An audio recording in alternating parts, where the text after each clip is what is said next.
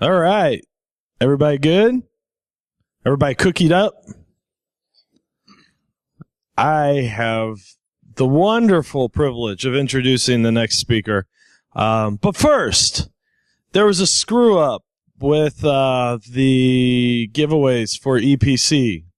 There were 3 iPad minis that they're giving away, not just one. So if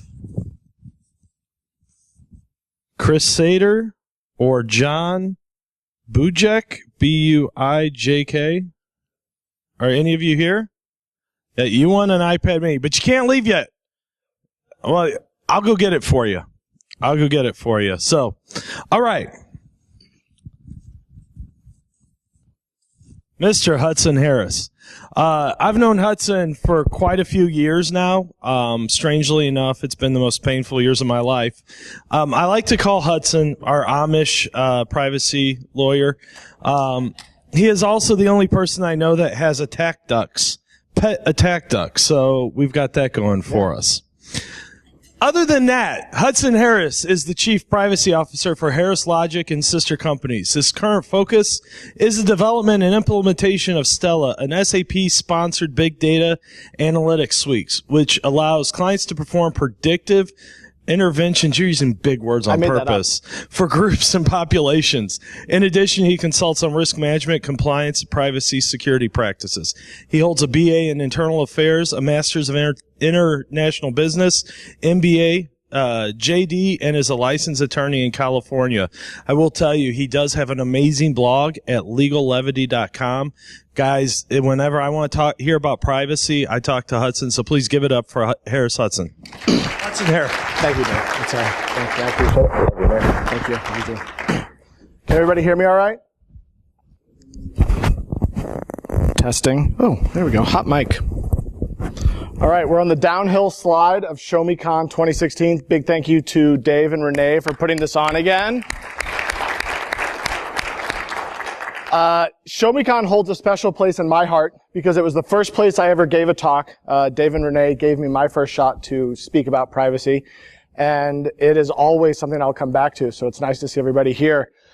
Last year, I gave a talk on HIPAA, 2015 Wrath of the Auditors. And I had a somewhat prescient moment in warning everybody the audits were coming, because then this year, OCR, the Office of Civil Rights, actually started their round 2 of HIPAA audits. Out of curiosity, has anybody gotten the letters saying that you're a part of the audit process? If not, they're still coming. Don't be afraid, you won't be left out. 5 of my clients have gotten them so far. They're hitting covered entities, business associates, and a variety of other entities trying to cast a very wide net. So after my talk last year, I had a lot of people come and ask me. They said, all right, well, I understand what you're saying with privacy, that it's important, but how do I actually get it to work? Because everybody in this room has sat through the really obnoxious, really boring privacy lectures. The videos that are 2 or 3 hours long. You started a new job. Half of the first day is nothing but HIPAA. Half of the first day is PCI compliance. How you keep people's information safe. So I'm not here to tell you about why you should train people. What I was asked after that talk was, how do I actually get people in my organization to buy in? So I spent the next 12 months feathering out some topics and working on some different ideas to come up with this. How to actually go back to your organizations and be a champion of privacy. Because the misconception is that privacy is a hard job. It's a difficult job, but it's not hard. If you do the groundwork and you do the dedication that's necessary, you can get your entire organization behind it, and everybody's working for you and for your clients. So here we go. The first step of every privacy practice and every privacy program you'll be a part of: start small and grow. The core seed of any privacy program, whether it's fully robust and developed, it's brand new, is to actually begin with the most important aspect, and that is your education. Education is kind of the, a little fast there, education is kind of the PowerPoint. There we go. Education is the beginning. You start with education, and you start with your compliance team and your training. And I talk to a lot of clients, and I say, well, who's on your privacy and security team? Well, there's me. And then sometimes I talk to our general counsel. And that's the wrong approach. If you're going to have a compliance team, if you're going to have a privacy and security team, it needs to actually be a TAME, a team. So as part of your team, you need an IT nerd, you need a privacy nerd, you need somebody with some legal background, sometimes they'll overlap with the two of those. You need people with certifications such as a CISSP, International Association of Privacy Professionals. I don't know if any of you saw that Apple hired its first chief privacy officer, and on that was a certification that is actually in our industry, which is a International Association of Privacy Professionals, Certified Information Privacy Professional. A lot of P's there. Those types of certifications matter. So build your team. The biggest thing I say to anybody that's building a privacy team, include somebody in your C-suite. A lot of privacy teams begin with a privacy officer, a security officer, maybe somebody from the general counsel's office, and they'll usually stop there, if there's that many. But I wholeheartedly recommend get somebody that's interacting with the frontline individuals in your organization so that you actually have somebody who's talking to the people who's dealing with the toxic data. The next part is get a security council approach to a C-suite individual. So you've got VPs, EVPs, CEOs, CFOs, whatever you may have. Get a rotating person from that C-level individual position to be on that team. That helps across a variety of ways that we're going to talk about shortly. But build a team that's kind of cored around somebody that has those individual core competencies that can create what you need in a team. So the next step is you need to get your employee buy-in. The goal of employee buy-in is to create a workforce that is prepared, motivated, and entrusted. And we're going to talk about how to achieve those three goals. But the core here is that your employees shouldn't just be staring blankly at a screen or sitting in a room listening to somebody talk. They should be engaged. They should be enjoying the experience. They should be motivated to be a part of it and really be pushing to protect the most important thing that they're dealing with. That's your client's privacy. The next step, and the biggest tree on the slide, is the C-level buy-in. And frankly, this is one of the hardest ones here. Getting your C-level individuals to actually be a part of the privacy process is one of the most fundamental aspects of any privacy program you can build. Because right now, most C-level individuals, they'll see a employee manual, they'll see an HR manual, they'll see an insurance manual, they'll see a privacy manual, and it just goes on and on and on and on. They have no ownership. They have no buy-in. They don't care because it's just another document that's passing in front of them. So the goal of getting the C-suite individuals involved is to create an empowered, vested, and driven C-suite that's working to support your entire privacy program. These are the core of how we're going to work through how to champion a culture of privacy. So the first step is education. There's two steps to education. The first one is the compliance team we talked about, and the second one is a robust and ongoing training program. What we see with a compliance team is that you need to work to have these individuals be an ongoing part of everybody's life. And I don't mean the really obnoxious emails you get where somebody opened an email they shouldn't have or things went the way they shouldn't and you get these really long training emails. The goal of the compliance team is to actually be a part of the workforce.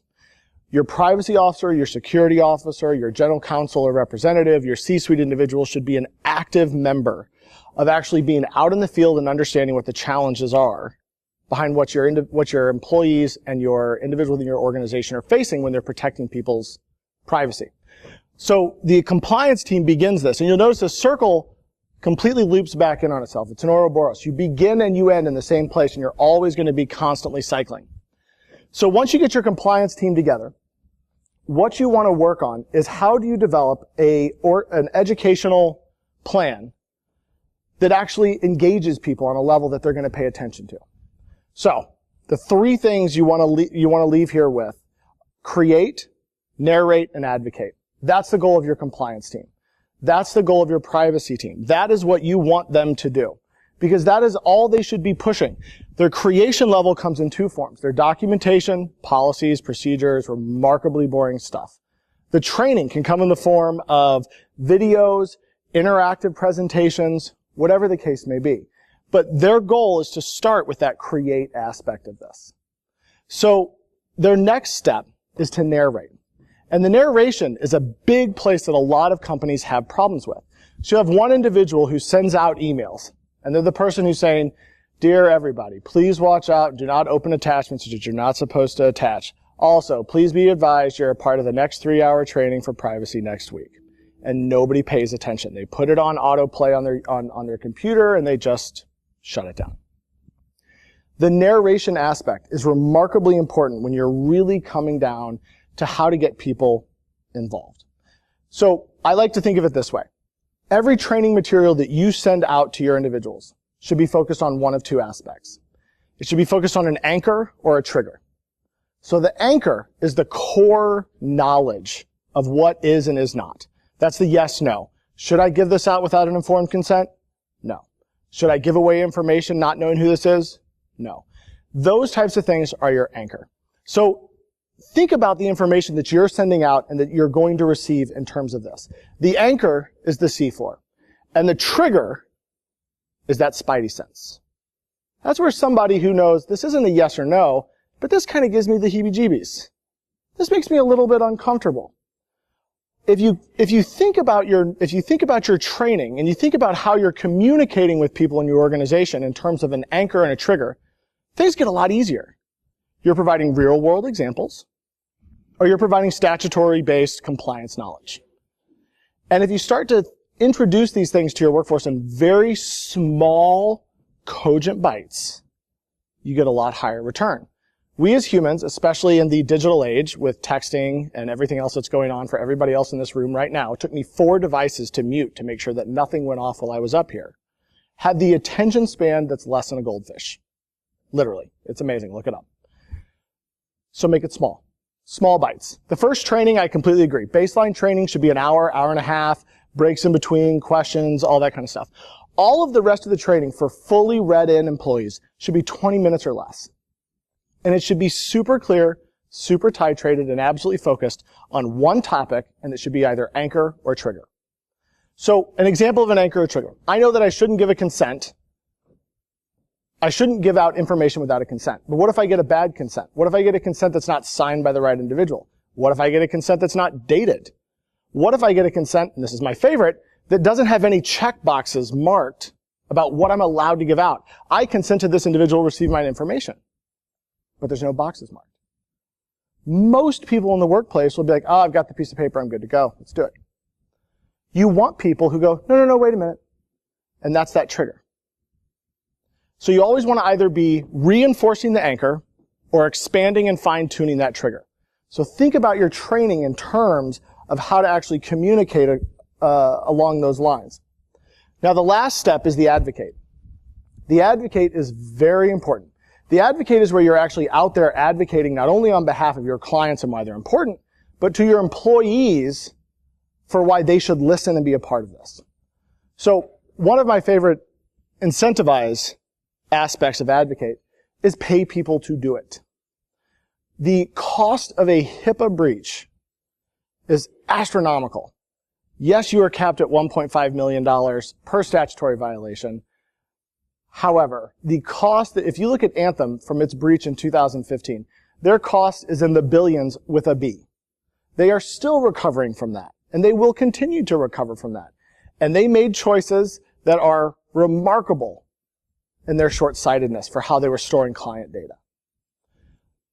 But incentivize. So I have a client who works at an organization, and he decided to create a Privacy Star a month. And they give away a $50 gift card once a month. They set up an email box, and it says, if your spidey sense is tingling about privacy, shoot us an email. And once a month, they get 30 or 40 emails from all of their employees, probably maybe 5,000 or 6,000 employees spread across 10 or 15 different states, about stuff that made them feel uncomfortable. They take all of that, they create a brief digest that's readable in one view without scrolling about all the things that people are worried about, and they pick one person, they get a picture, and they get a gift card to their store. So they're giving them money that's free anyway to them and at wholesale, and all of a sudden they have people just wanting to contribute. Because every time I go in an organization and I start to talk to them, and I talk with their C-suite individuals, or I talk with their privacy or security officer, and I say, what type of privacy issues do you have? well, we've got a couple of these and a couple of those, but I think we're largely okay. And I said, okay, I want to write these down because after I talk to all of your staff, this is going to be an Excel spreadsheet of problems. Because if you actually talk to your staff and you engage them for what they're concerned about, you'll be amazed. Most of them are just trying to fly below the radar. But if you incentivize the contact, if you incentivize them to actually be a part of what you're doing, they become your greatest ally. Because no matter how locked down your network is, no matter how crammed and secure and all this stuff, all it takes is one person clicking the wrong ransomware attack, and your whole organization is locked down. And this happened to me about 3 weeks ago. I had a potential client. I've been working on it for several months. I had a couple of friends work there. And I went with them and I said, you know, you guys have a lot of gaps. You're not doing too bad, but there's not really a whole lot of individual training. Not a whole lot of organization. So they said, all right, well, we really like what you do. We'd like your approach, but we're just not sure it's worth it. 2 weeks later, I got an email that they got ransomware. That was 2 hospitals, 12 offices, and 6 small clinics completely shut down. Everything was black. And that was just because somebody clicked a ransomware attachment inside of an email. So engage those people, because those people are going to be some of your best allies when it really comes down to driving what you're trying to do. Because as you advocate a part of this, you want to create this privacy by design concept within your organization. It's been a fairly common software concept, but this privacy by design, that you're thinking about this from the beginning so that a new policy, a new procedure, a new product, a new software design comes up. At the beginning, how do we keep people safe? How do we keep our clients safe? That's kind of the concept here behind the advocate. So the next step is the employee buy-in. So over the past year since the last ShowMeCon, I talked with a whole lot of psychologists, I talked with a lot of PhDs and a lot of psychiatrists. I did a whole lot of research about what motivates us as humans. The interesting thing is that we are motivated entirely differently from when we're at the top or we're an employee, whether we're staff or C-level. So I broke the next sections into 2 parts. Employees are motivated in a vastly different way than the CEO is. And it makes sense if you think about it. From a psychological perspective, it makes a whole lot of sense. So employees are generally motivated across 4 different areas. Not just employees, but everybody. You have a personal, professional, fiscal, and cultural motivation. And these are the 4 primary drivers in a company for what's going to motivate a specific type of conduct. This applies whether or not you're selling things, you're fixing things, you're building things, whatever it may be. These are the 4 primary motivators. Even if it's not privacy, this is still going to motivate the workforce. So the personal one is the fear aspect. And nobody likes to talk about fear. I understand it. It's the FUD. Nobody likes it. But it's there and it's real and it's getting much, much, much, much worse out there. So the personal liability. There are 12 states right now which have personal legal liability for people who breach private information. That means that if I drop a file that has somebody's information and they're harmed, I can be sued personally. Not indemnified by my company, but sued personally. In Texas and in California and a few other states, they are expanding that to even potentially include misdemeanor and up to jail charges. California, the forefront of it is, and the birthplace of recreational litigation, is the first state to actually sentence somebody to jail for a HIPAA violation. And in all disclosure, I am barred in California to practice, not I'm allowed to go there. But they had an individual in LA. He was a clinician at a LA doctor's office. He was fired. IT, admin, whatever you want to call it. Somebody dropped the ball and access wasn't cut. So this particular individual went home. He got a bottle of wine. He ordered some takeout Chinese. And he proceeded to peruse the medical records of the rich and famous for about 48 hours. That was a bad thing. So he lost his medical license for the state of California permanently. He got 6 months jail. And the medical office that had failed to actually disconnect got millions of dollars worth of fines. Several people were fired. It was a total clusterfuck. So that was the first test case. It held. And they went to jail. And that person's life is irrevocably damaged. Not because he broke policy, but because he broke a law. Because the organization didn't have any policy in it. They didn't say, you're not allowed to look at client information you're not supposed to see. They didn't have a robust policy.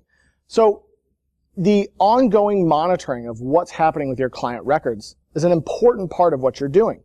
And it's something that's going to become more and more important. I have several clients where I say, well, who's looking at these records?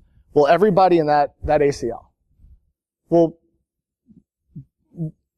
how do you know that they're looking at them at the right times? Well, it doesn't matter. They can just look at them. Well, that's kind of the wrong mindset. And I know that some of this is technologically limited, some of this is resource limited. But when you get down to it, at a certain level, there should be a right access at the right time to the right record. And so think about, how do you take that personal liability without scaring the crap out of everybody and say, look, this is actually going to impact you professionally, which is our next topic. Oh, too fast. So the professional impact. There we go. The professional impact keys somewhat off of this individual who lost their license. But it's also something that, if you think about the real privacy rock stars within your organization, the people who are actually out there actively protecting, you want to motivate that. You want to motivate and promote the individuals who are promoting not only your best interest, but more importantly, your client's best interest. The individual who's out there, who's looking, who's responding to those monthly challenges of what privacy issues are popping up that make you think, hey, this isn't right, this isn't normal. You want to motivate those people, because that professional aspect is dramatically important in motivating people. Now, the incentives we've touched on.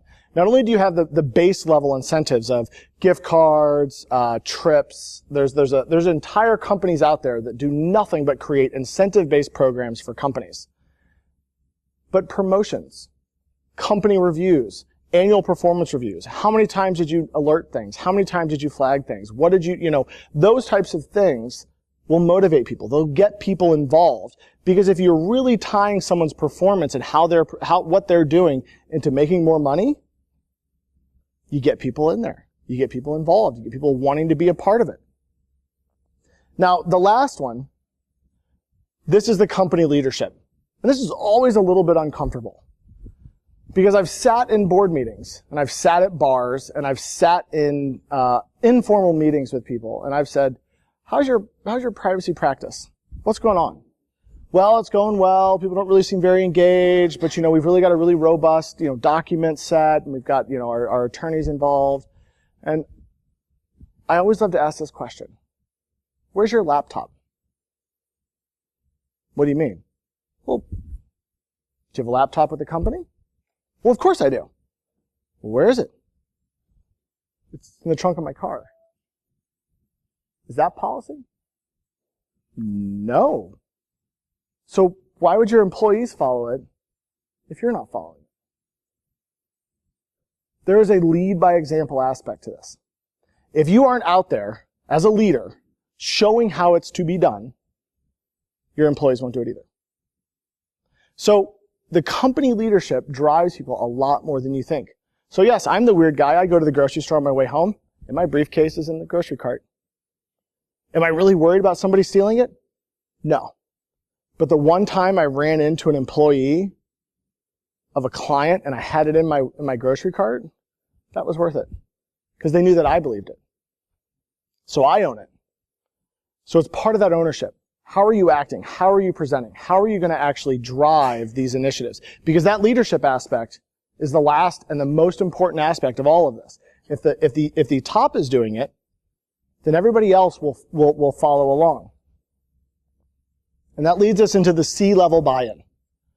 So the C-level buy-in, they're motivated by a lot of the same things, but you really want to think about motivating a C-suite individual based upon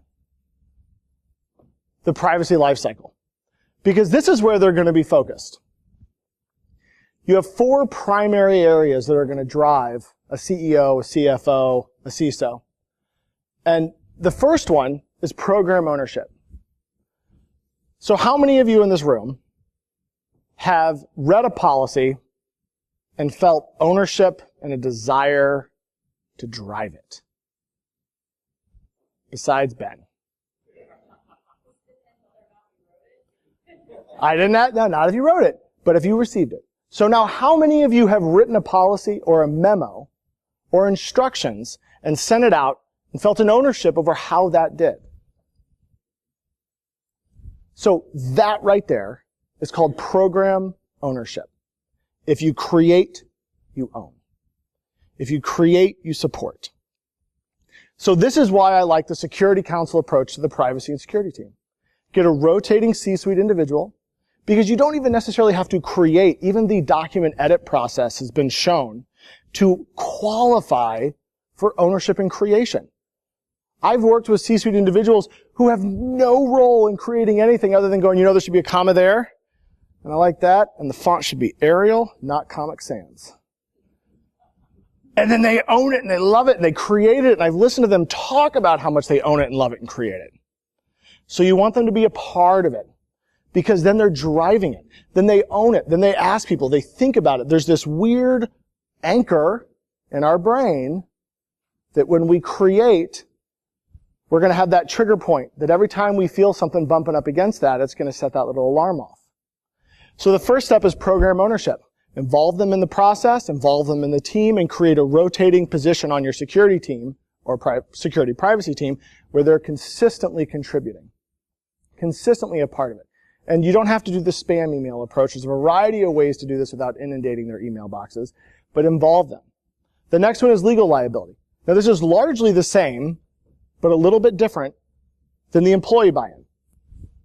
The legal liability for a C-suite individual is different because of statute. After the economy had crashed, after all the accountant firms, all that kind of stuff, the CFOs have to sign off on statements. You can have a C-level individual be responsible for policies that were approved, that didn't protect people, that got people hurt, all that stuff. Don't drive it too hard, but make it clear. It takes away the pool, it takes away the 3-car garage, it does all those things. Because it needs to be important. You can't just carrot, you have to stick. So the next level is security. So the security is really important because security creates the one thing that every workplace thrives on: stability, predictability. You want a workplace that's consistent. You want a workplace where things aren't always changing. You want a workplace where the staff are consistently being involved in the narration of how things are going to work, so that when you have things happen, because according to the inestimable Dave Chronister, it's not if, it's when, shit will hit the fan. And when it does, you want everything else around it to be stable and secure. So there's a security aspect here, there's an IT aspect here, there's a whole variety of things that come into play here that you want to make sure the CEO values. I gave a talk just on that one bullet for almost an hour and a half at a conference in December. And I had 3 people come up to me afterwards. They said, well, I get what you're saying, but security doesn't add to company value. I said, okay. Have you heard of Wyndham? Well, no. Well, you should check them out. They had a pretty big security issue. You look at some of these really big, broad-based examples. If you're not secure, if you don't promote privacy, shit happens. And when it does happen, your customers leave. Your bottom line goes down. There's a case that was filed right now against several high-profile social networks, several different websites regarding cancer that are remarkable in their lack of privacy. And somebody approved it. Somebody drove it. Nonprofits, for-profits, whatever. Somebody actually approved these decisions. They're not secure. So think about, security adds value. It may not be our price goes up, but your price doesn't go down. And over time it does build. Because you look at the companies here who actually are represented well within this room and the other rooms, and think about what products we all use. They're products that we by and large trust somewhat, with the exception of Mac devices. We trust. We use Google sometimes, but we use products we trust. And that is actually beginning to matter more and more. So the last step is company performance. You look at some of the companies that have really committed to privacy. My favorite, WhatsApp. I personally hate all the chat programs that are out there right now. I have work chat across Slack, Line, WhatsApp, all these different platforms. But I like WhatsApp because it's encrypted. And WhatsApp's bottom line went straight up when they did that. And they are now an industry leader in how they are providing services. Whether or not they're doing it right, whether or not they're doing it correctly, we can argue. But they are an industry leader with that.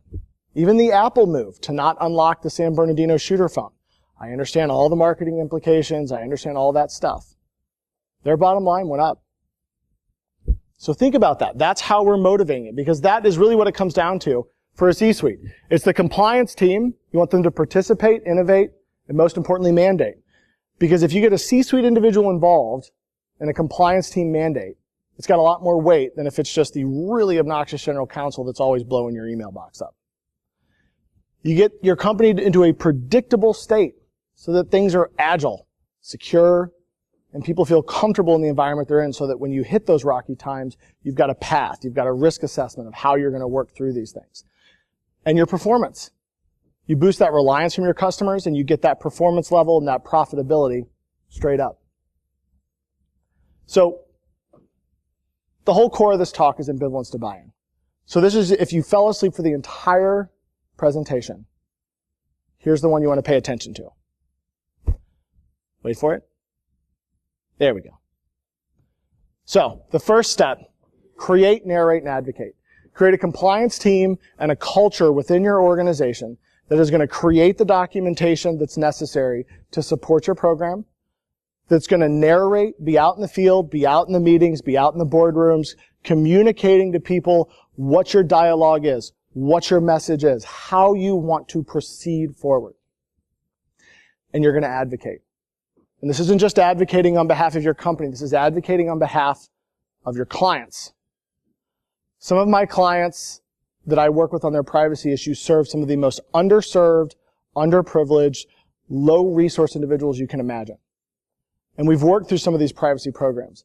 And these frontline staff have become the most just vociferous advocates. They're just angry about protecting their clients' rights, protecting their privacy, preventing their information from being stolen. And it brings a tear to my eye. Like, it's amazing to see these people really want to protect, not just go and finish their job every day. So you get that advocate aspect. Step 2 is the employee buy-in. You want to leverage that personal, professional, fiscal, and cultural motivations.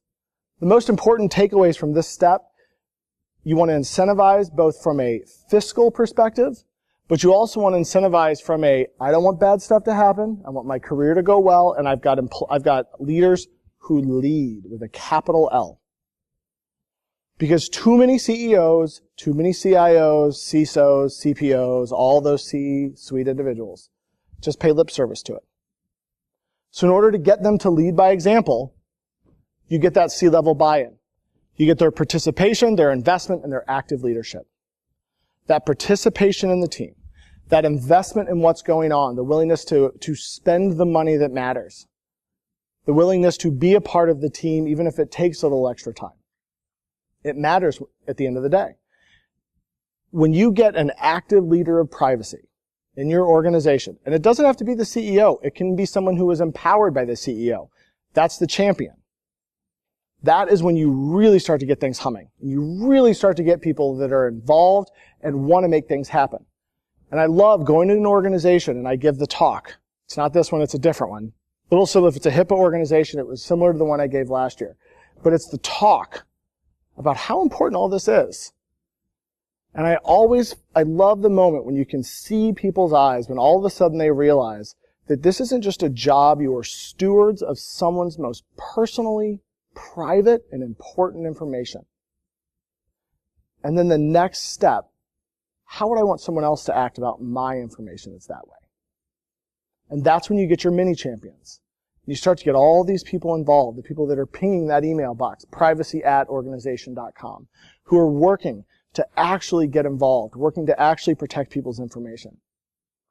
And personally, I've seen some of these individuals, low tech, people that do not like technology, find some of the most glaring holes. Hey, I noticed that There's always paper left on the printer at the end of the day. It's got huge stacks of client information on it. Well, why the hell is that there? And you find out that people go to the printer, it's not there, they go back, they print. And at the end of the day, there's just a ream of client information when the cleaning staff comes in. Or even worse, when there's a shared office and nobody's even checking it. And so you have small things like that that turn into, okay, I'm just going to put in a 4-digit code to release my print job to this printer. Small things like that go a huge way. Not only in your own privacy organization, but when the auditors come, man, they love stuff like that. If you've got documentation, training, and a staff that's committed, and they can say to you, hey, we need all this. And this is not long time frame stuff. The current audit time frame for OCR on HIPAA is 30 days. You have 3 days notice to respond if you're confirming your identity. You then have 30 days to respond when you do your pre-audit enrollee, and then you have 30 days after notice to provide every single piece of documentation they request. And yes, they do actually look at document creation dates. I asked, because I thought that was important. So these things are important. These are tight time frames. So you build all of this, and then it largely runs itself with a good team. You do small touches over time. You do quick hits on email. I know some companies love the big dashboard that's up on the wall. Hey, don't share anybody's information. Only allow this type of thing. Hey, watch out for this. You know, it's out there. I mean, I talk to clients and I'll find out that, oh, well, we had a clinician and they printed off every single client name and address and phone number so they could do case assignments at night. Well, but why? They have a computer. Why the hell were they doing that? Well, it was a lot easier. They didn't have good internet at home. I don't care if they don't have good internet at home. Why are they doing that? And those types of things are those triggers. That's what you want to drive towards. So thank you guys for your time. If you have any questions, I'm happy to field them. All right. Thank you, guys. Give a big round of applause to Hudson. Thank you, Hudson. All right, we'll take a break and come on back for our final round of talks. Best for last. Yeah.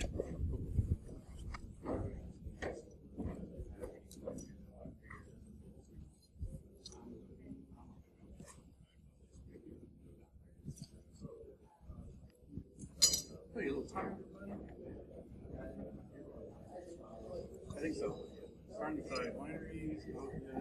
Hi, I'm Hudson. Amanda Finley. It's a pleasure to meet you. Is my Pat. Oh, wonderful. Yes. He's a I'm good supposed guy. to say thank you for San Diego. You went to Mitch's? Yes. Oh, it's my favorite place. We got to watch pigeons make little pigeons. Yes, that is a San Diego pastime. Yes. Sometimes it's dolphins. Sometimes it's pigeons, seagulls, whole variety of fauna and flora. Yes. I'm so glad you guys got to go. Yeah. No, it's you guys. We actually lived in Ocean Beach for like 6 years. It's one of my favorite places. You guys should check to go.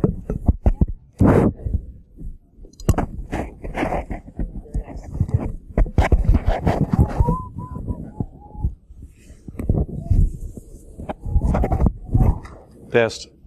Can you hear me over there?